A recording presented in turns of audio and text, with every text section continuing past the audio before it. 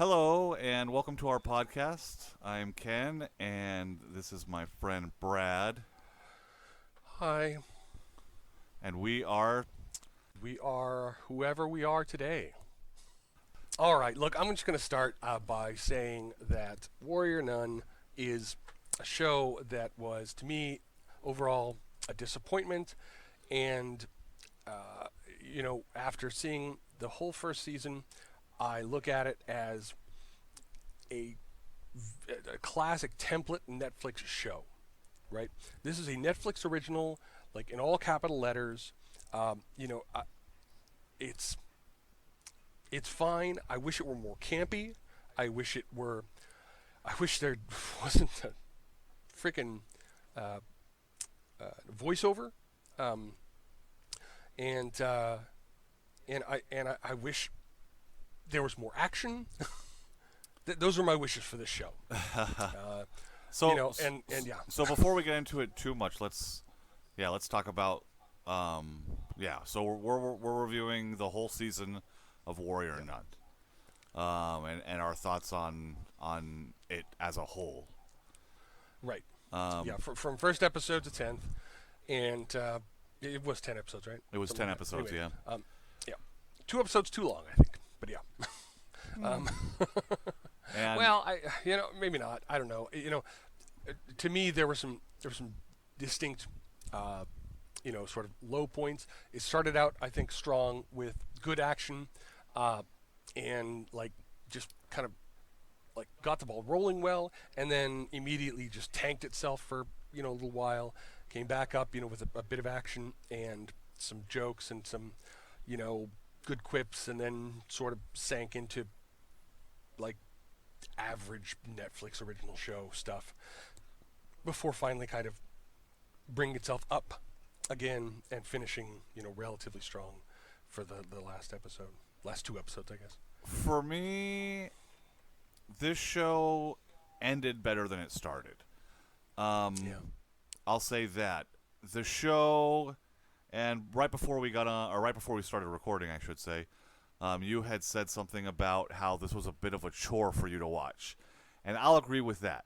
When we first started watching this, it was kind of intriguing and curious, and then the deeper we got into it, it started to feel more like each episode started to feel a little bit like a chore, like, well, I don't want to do this, but I have to do this for our podcast.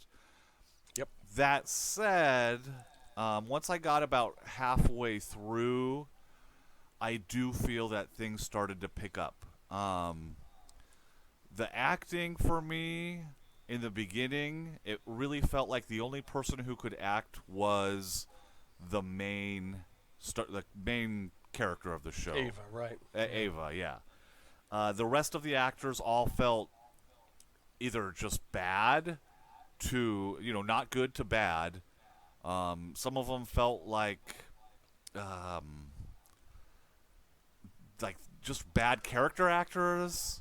Like local theater guys. Yeah, they just weren't. Yeah, a lot of, like I said, just not good to bad. Sister Mary was supposed to be like this big main character, and she just came off as passionless and dry and one-dimensional. Vincent, was supposed to be this deep character with this priest with a scarred background, an alcoholic who didn't drink anymore, and obviously there was supposed to be something deeper there, but he just didn't come off that way to me. He just came off as kind of like cheesy and not interesting. That said, once you got to about the halfway point of the show, where I want to preface this to say there's probably going to be lots of spoilers if you're Yeah. listening to this.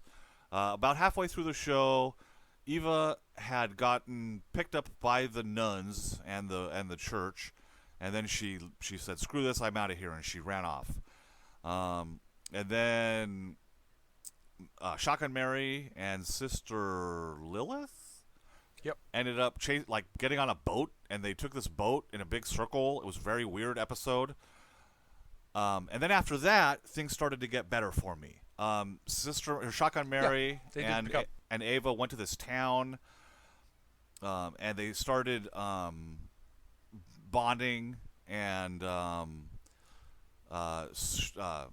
Ava started to accept her fate a little bit. She started wanting to learn how to deal with the demons that she saw and how to face them and help people. This is where she started to accept her path. Reluctantly. Yeah, that mountaintop town was probably where the story did pick back up for me. I thought the ferry episode was fine. They were going someplace, and then to throw the nuns off the scent, they were going to go ahead and stay in the bathroom to until the boat turned around, and then kind of went back. But I guess Sister Mary figured it out, and so on and so forth. But that mountaintop town kind of turned the show around a little bit. This for me was the turning point of the show for me. Like, this is where things are finally the writing is starting to make sense. The acting has improved on Shotgun Mary, on everyone. For me, everything started to fall into place here, and for the first time in the show, it stopped becoming a chore, and I was actually like, okay, now I want to watch the next episode to see where this is going. And things got better from there. Sister Lilith in the previous episode had apparently died and gone to hell with a demon, and then she came back. Her acting wasn't real solid, I'll say that. Once she had come back, she still was very stiff. But in the next episode, Ava and Shotgun Mary and all them end up back at the church, and Sister Beatrice, who kind of stole the show for me from this point on, became a really integral character and a super badass. And her relationship with Ava, I think, was kind of a standout. Yeah, absolutely. Among a very sort of even field of average quality stuff, their relationship, I thought, kind of stood out. Her relationship with Ava, and then like I said, once they were in the town, Shotgun Mary and Ava's relationship started to blossom. Shotgun Mary's acting started to get a lot better. Sister Beatrice and Ava's relationship started to get really good, and then you started to learn about their backstories a little bit, and things just got better and better until they made this plan to go to the Vatican. And it's kind of funny because for me, I didn't really see the whole thing coming of the guy who what's the guy's name? Angel? Not the angel. Okay. The guy Cardinal Cardinal Beretti or Duretti or whatever. Duretti. Yeah. Duretti. Cardinal Duretti. I didn't really see it coming that they were going to be like, oh, he's actually the one who killed what's her name? The first Halo Sister bearer. Shannon. Sister Shannon. Oh, Cardinal Duretti killed Sister Shannon. He's planning on doing something evil. They did a little bit of foreshadowing on that, during the sort of lead up episodes to the last, episode 9 and 10 is where the show kind of paid off. You saw a little bit foreshadowing on the Cardinal Duretti's a bad guy, or whatever, and maybe he's not really working for the benefit of the OCS. It's more like maybe he's working against them, and then he sort of fires everybody or transfers them out, and then that's kind of where you get the idea. Oh well, maybe he is the guy behind the scenes doing the bad work. Right. Of course, the 10th episode, it turns everything around. Of course, that's what I was going to say. So I didn't really see that coming. That whole storyline of, oh, Cardinal Duretti is actually a bad guy. Twist. That was, at least it felt like a twist to me because I didn't see it coming. And then, twist, Ark is actually not bad people at all either, even though they were set up as the bad guy in the beginning. And now Ava and Shannon and Lilith and everyone is working with Ark, and they're all working together and helping each other. So to me, that was a little bit of a twist. And then when they get to the end and it's like, oh, twist again, Cardinal Duretti's not a bad guy at all. He's just a normal guy who's a priest. And actually Vincent's the bad guy. And he's the Pope now, but yeah. Right. And Father Vincent's the actual bad guy. He's worshiping this quote-unquote angel who isn't actually an angel, but Yeah, the payoff on that I thought was real weak though. Absolutely. Like the Vincent turn. Absolutely. The Vincent was turn was oh, bad. okay. I will say the Vincent turn was bad. That said, I felt the angel reveal that he wasn't really an angel, but he was something else. I thought that whole interaction with between him and Ava was really good. I was like, oh, this adds layers, this adds depth, this is cool. And then once they get out and Lilith is there and she's like, I know who you really are. You're just a thief. And really stiff acting. And then Vincent's like, oh, master. I'm like, what is happening? Come on now. Hey, wait. Credit where credit is due. The actor, who's playing Sister Lilith, I think she did fine by what she was given, because really a lot of what, a lot of the dialogue that she was handed, and her role in the story was not very well rounded and not given a lot of depth. At the end, when she was like, "Oh, wait a minute, here, hold on, I'm enough of a badass to do something here." I thought she turned it on pretty well. That was fine. My opinion, but I don't think she came off very well prior to that. But I like the character as a whole. Like, I liked Sister Lilith in the beginning. I didn't think that she deserved the bad rap that she was getting from the other characters. And so I kind of liked her since the beginning, because she was one of the only people on the show that seemed to be on point and on mission. And yeah, at one point she does admit, she has some baggage of her own and some selfish reasons for some of her actions. And okay, that's fine. But I will say that for me, like I said, as the show went on, it got better. Shotgun Mary's acting got better. Sister Beatrice's acting got better. The writing got better. But for me, the actress playing Sister Lilith, I feel like her acting just kind of got worse. And maybe that is the fault of the writers for giving her not great material to go with, or maybe it was the director's fault for giving her bad direction. I don't know. But just for me, she was one of the people that I felt got weaker as the show went. And then, like, Father Vincent, like I said from the beginning, he just didn't feel out of the gate. I didn't feel he was a strong actor, and that just stayed the whole time.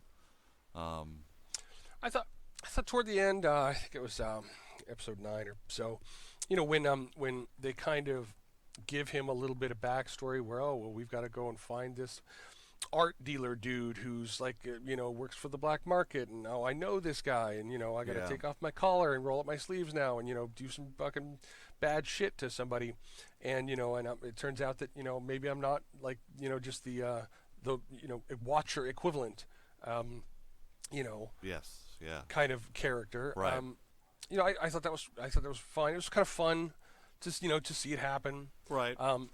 And I just the turn at the end for that character, I get the impetus behind doing it for the writers, and we can really turn everything on its head here, but that, especially in the manner in which you kind of see it happen, and then there was like just no payoff. Like, he just walks behind a pillar, and that's it. Right. He talks to the angel/devil Adriel dude, and then they all realize, I guess Vincent's the bad guy and Cardinal Doretti's not a bad guy. Right. It was so weird the way they executed it. It's like it's like we think Doretti's the bad guy, but all of a sudden Vincent just walks up to him and is like, "Hey, master."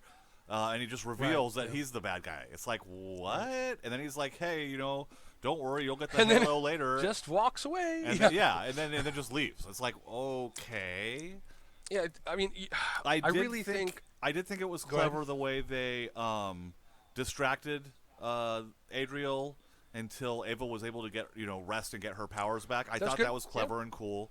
I think that we only needed 7 minutes. Yeah. Right. Yeah. I think that the nuns are definitely like the star of the show, and they really pulled. Like I said, they pulled it together. They made the show for me. They made it so that I want to keep. I'm now interested in season 2. Like the first few episodes, I was like, I probably won't watch the second season of this. But now I'm like, I probably will watch it at least the first couple episodes just to see if I want to keep watching it. You know what I mean? Yeah, it's funny when I was watching the first few episodes, I was kind of like, oh, I'm kind of interested in this JC character and his friends, but then I realized that every time they were on the screen and it wasn't the nuns, I was like, I'm not really too excited about watching this. Right. Like, I don't know. they're fine characters, but that portion of the story was just very weak. I don't know if And you remember, but yeah. last time we did a podcast, you, me, and Doug were together, and I had mentioned that those characters probably weren't going to be around for much longer. Yeah. And they Yeah. weren't. They were totally, completely. I don't know. They shouldn't have even had They were- lines. There was no point. Like the JC Yeah. character was the only one who mattered, and he was just a plot device. The other characters were there was worthless. there was a very weird like sex scene on the ferry Yeah. that I was like, this seems This is uncomfortable. Yeah, like this. this doesn't work, but whatever, I guess. And then he gets scared after the Tarisk kills Lilith, and just kind of bolts. He's like not around after that. Really. I actually wouldn't be shocked to see him come back in season 2. But, I mean, I don't know. I wouldn't be shocked to see him come back in season 2 and maybe be in an episode or two, or maybe actually come back and be a major part of the show. But yeah, I'd be very surprised to see his friends. exactly. His friends are. Yeah. His friends were just totally worthless characters that played. Yeah, there was no point in even having them on the show.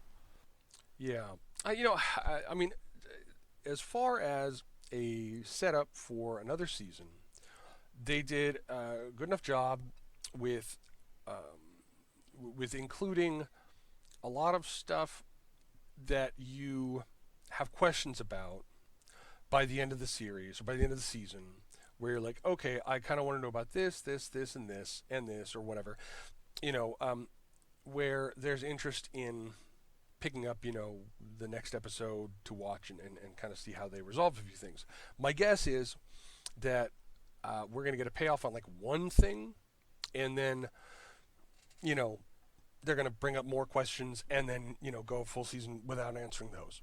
Of course, yeah. It's going to be in the chase. It's like, okay, maybe we resolve a little bit, and then now now the rest of the season is us chasing the rest of the information. Yeah, my problem with that is that I have seen that too often. I mean, Lost is a great example of this, where it's like, they have, huge questions, lots of huge questions, like each season, and they pay off like one or two, and then just bring you a basket of new ones.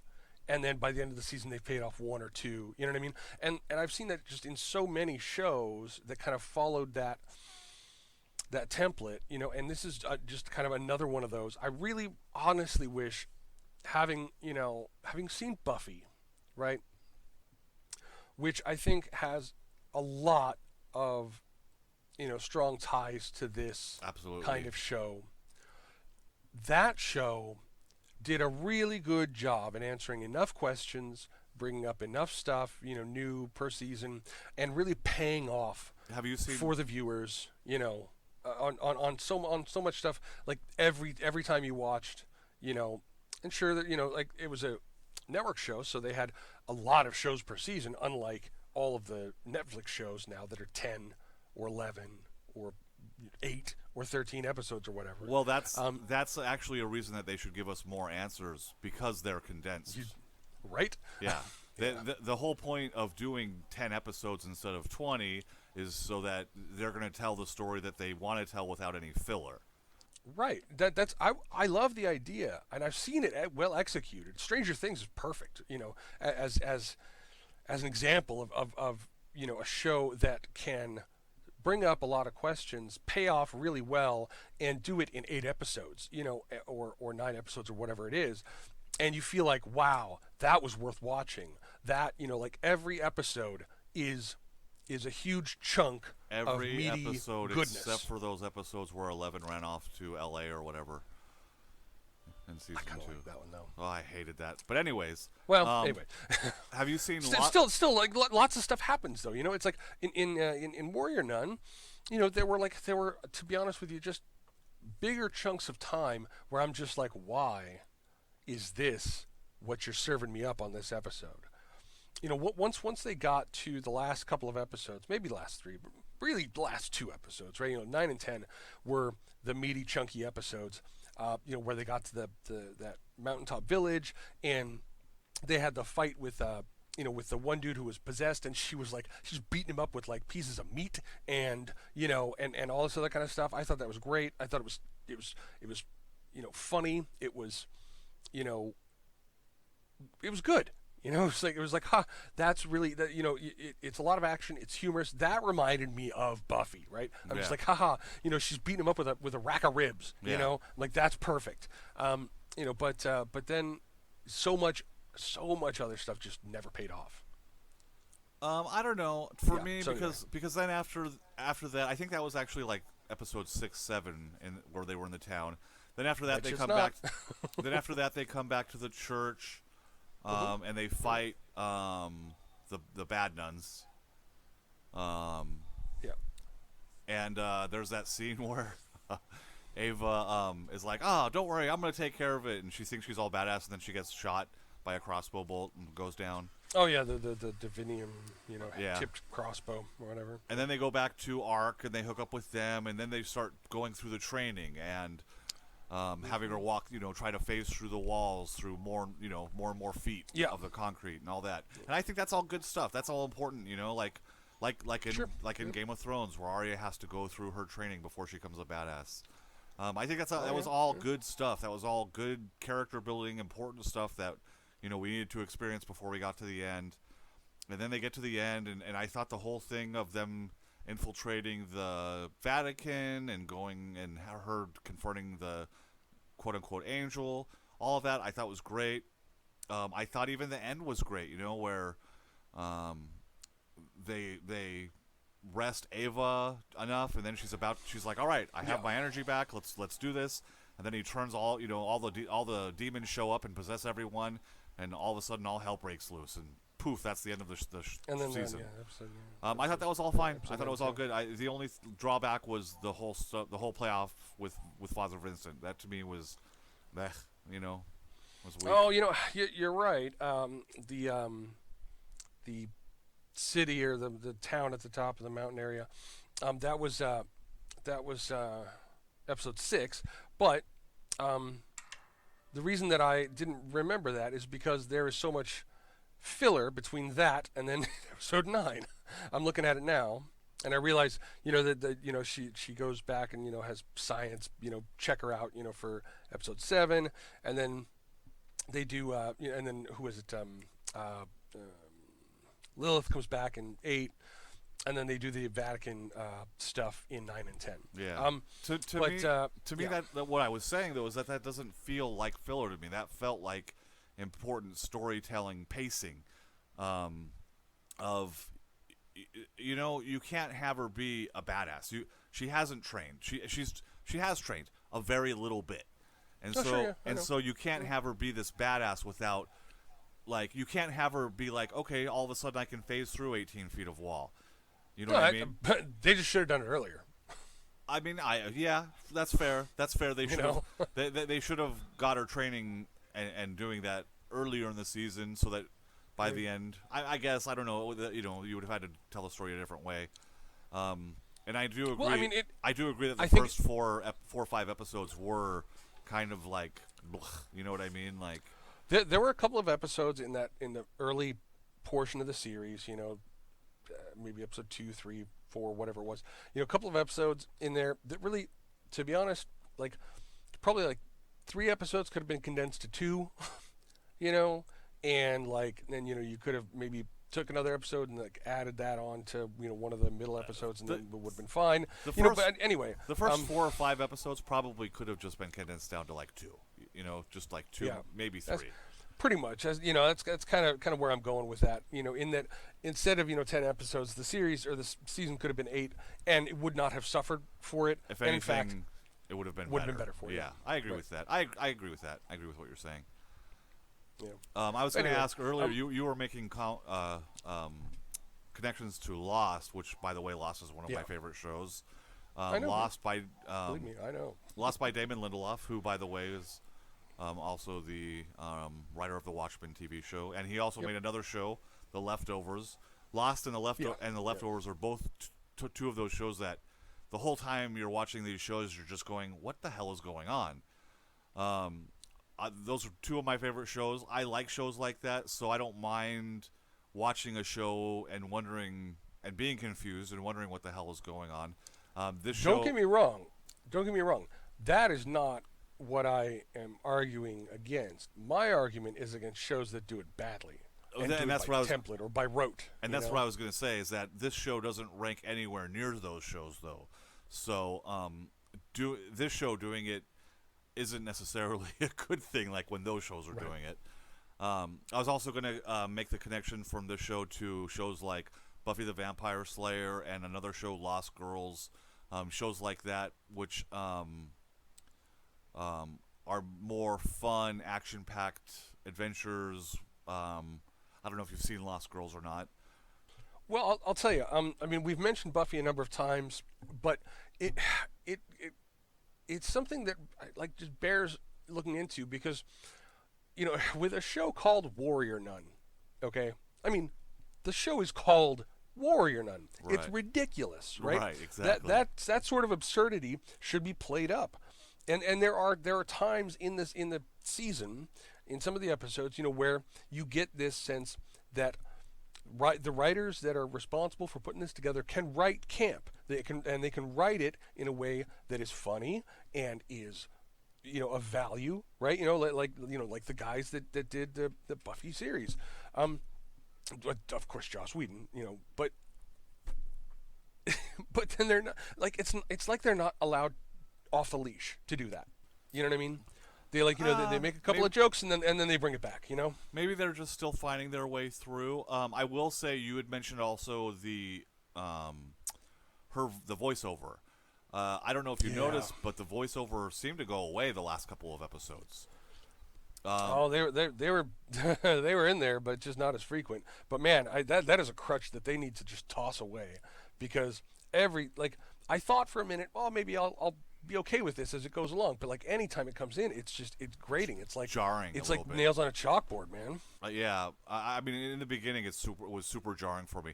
Yeah, the last few episodes, like once they got back, I'm trying to think, there was an episode where Shotgun Mary and Ava were going back to the church and breaking in because they wanted to get into Sister Shannon's room, her secret room.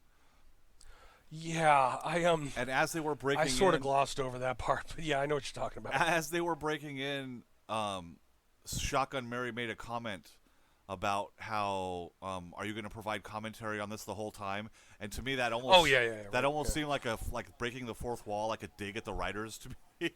I mean, I don't know if it was intended that way, but it came off that way to me, and it made me laugh when I heard it. And I had noticed that as the show went on, I noticed less and less the voiceover, and I think that is an excellent thing. I agree, they should just cut it out completely. I thought it's just unnecessary.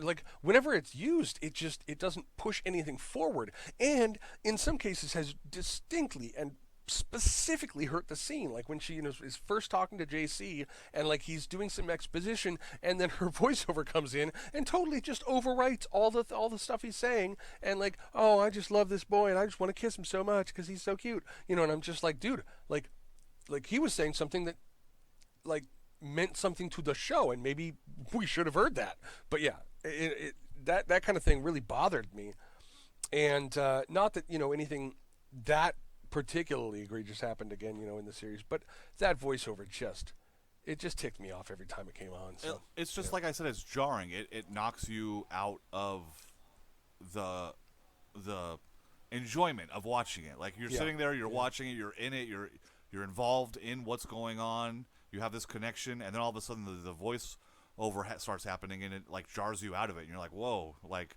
you're just not in it anymore. I'm a huge fan. I thought it was going to be around for just the pilot episode, and then when they kept it up after that, I was confused. I was like, why are they still doing this? This is terrible.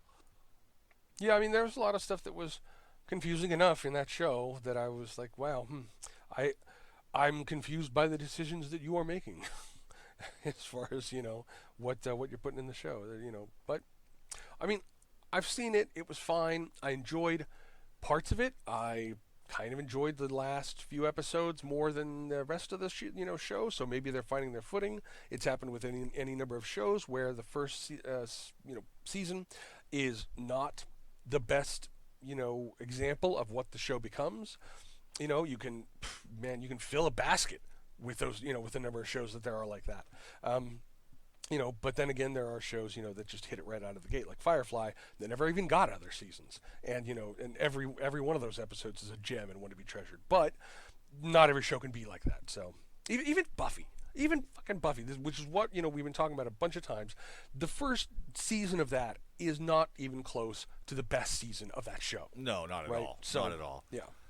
And even Firefly, even as much as I do enjoy those first couple of episodes now, it starts out slow, and like as a new watcher, it was rough to make it through that. Once I had seen, you cannot argue that Train Job is not one of the best episodes of that fucking series, man. That's the second episode. Sure, but once I had seen every episode and fell in love with those characters, I was able to go back and appreciate how great those first couple of episodes were. But upon my it's just because you wanted to spend more time with those characters, no matter what the episode was. Well, no, I mean, it's kind of like The Office. For me, I feel like The Office doesn't start to get good until season 3 or 4. I mean, don't get me wrong, The Office knocks it out of the park right from the beginning. But The Office doesn't find its footing until seasons 3 and 4. That's when it gets great. But once you have seen The Office and enough of The Office that you've fallen in love with The Office, you can go back and watch those first couple of seasons and appreciate the art of what they're doing and how they're working to make you as uncomfortable as possible and just the genius of their evilness. You know what I mean? And it's the same thing with Firefly. Like the first couple of episodes are great, but when you're a new person trying to get into it, they're not the most exciting thing in the world to watch. You do go back after you've seen the rest of the season of Firefly. You go back to the first episodes and you look at them and you go, wow, I see where they're going with all of these different character stories, how they're how Joss Whedon's tying them together, how they all end up interlocking later, but maybe but obviously they don't right in that first episode, but they're like on their way to doing that, and then you appreciate it more. I understand. Right. Right. It is what it is. And there's a million shows like that. A million. This is not one of those shows. Nope. This is a show. I don't think so anyway. I mean, who knows? I mean, maybe they'll get another three seasons, and then by the third season, you're going to go, wow, great show. What a writer's room. Oh, they're doing great jobs, doing everything, and now I go back and I see what they're going for there. No, I don't think it's going to happen. No. Man. No matter how good season 2 and 3 are, we will never go back and watch the first season of this and go, oh, this was amazing. The Walking Dead. I did not like season 1 of that show. Once I had seen seasons 2 and season 3, when they were in the prison and Michonne was there, and I'm like, oh, I love these characters now. I was able to go back and watch season 1 and go, oh, now because I love these characters so much, I can appreciate what they did. And I've seen it a few times now, and I understand what they were doing, and it was genius, and I just didn't get it at the time. That will not happen with this show. The first 4 or 5 episodes of this show were not good. Yeah, they were real short to get through, that's for sure. There were pieces of it that I enjoyed. Ava was the standout, for sure. That might be it. That might be all that I have positive to say about those episodes. But there were pieces of them that were good. There was no genius, though. None at all. Yeah. But like I said, it did get better as it went. The later episodes were a little bit more fun. They had a little bit more action, sort of, and it ended in a way that the very end of it, I guess I'm of two minds about. But the last couple of episodes, where they were at the Vatican, they were doing their thing, and all the stuff was going on. That was exciting enough to to keep me watching all the way through. But I don't know, like the way I apparently they had more for that last episode and then decided that they were going to cut it when they did, right? Like they had additional stuff, additional scenes shot, and then just cut. Right at the time, where Sister Mary gets overwhelmed. Um, I I read that and then I realized I didn't care. I I I, I wish I was. I wish I had something better to say. I guess I wish I had something like more. I wish I had more positive to say. I guess or maybe more insightful, to say about the show. But to be honest with you, even the good parts of it were just fine.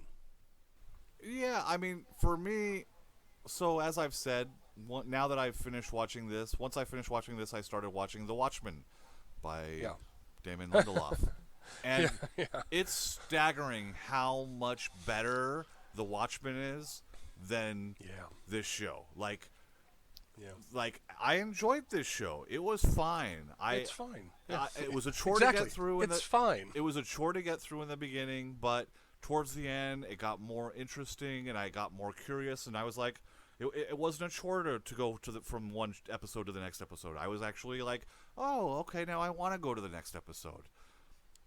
But The Watchmen is so much better than it that I can't even put it into words. So yeah, this was fine, but there was nothing special about it. There was nothing amazing about it. Hopefully the writers they've figured it out. Hopefully they've got a better plan going into season 2, so that once season 2 comes out and I start watching it, it'll be better. The whole thing, maybe they will cut out the fat. Maybe they will cut out the filler.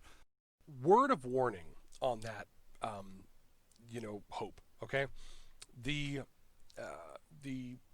interview that I read with the creator of the show indicated to me very strongly that he did not, in fact, think that these were problems, or that the show had issues even approaching the level of, I don't know, disinterest that we had in the first few episodes and all that kind of stuff. Like, his interview was filled with his excitement for all of the characters, and especially those characters that we did not think had any real value to add to the show. He was just super jazzed about all the stuff that was happening, and just felt like the show was just jam-packed with everything he loved. And I'm not sure. In fact, I'm pretty sure that the opposite is true. I don't think it's going to, there's going to be a lot of difference, right? I think he's very happy with where the show went. He's very happy with the product he put out. He's looking to do another season of the same thing. And not in content-wise, he's got a totally, new story arc, that he wants to put together, and he wants to explore a bunch of this stuff, that basically he asks questions about in this, and all the twists and turns and everything from the last portion of the episodes of this season. He's like, yeah, these are the things we're going to explore. But like, it very much seemed like he was just super happy with everything he did, and he was just like, we're doing a great job. Expect exactly the same kind of cool stuff from us next time. And so that's my, As a creator / director, I wouldn't expect anything else from him. If he came out and was like, I hated everything I did and I want to kill myself, then I would be like, oh, that's weird. That's a weird way to get me to watch your show, dude. I probably won't watch it now, So I would. Yeah, that's true. what I would want. I would want the person who's making it to be excited, because sometimes they're not, and you can tell. It shows up. Like, if they're not excited, then you can tell. Like, oh, they're just phoning it in. They're just doing this for a paycheck. So, but I mean, I haven't read there- the interview, and I don't know the specifics of what Right, you're saying. But I'm just saying that there's a certain type of like, he presents it in such a way that, like,